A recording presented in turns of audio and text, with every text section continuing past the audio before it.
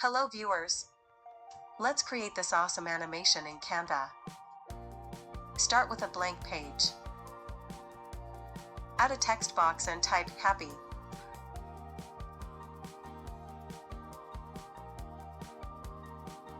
Adjust the size as needed.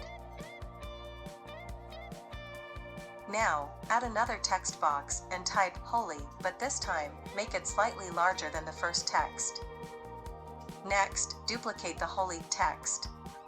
Apply the hollow effect from the effects panel, then reduce the thickness.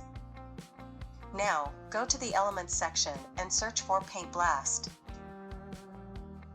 Choose a video that fits your design and remove its background.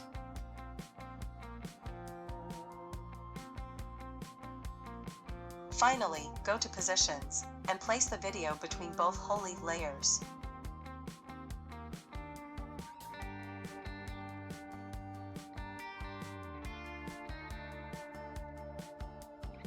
And that's it.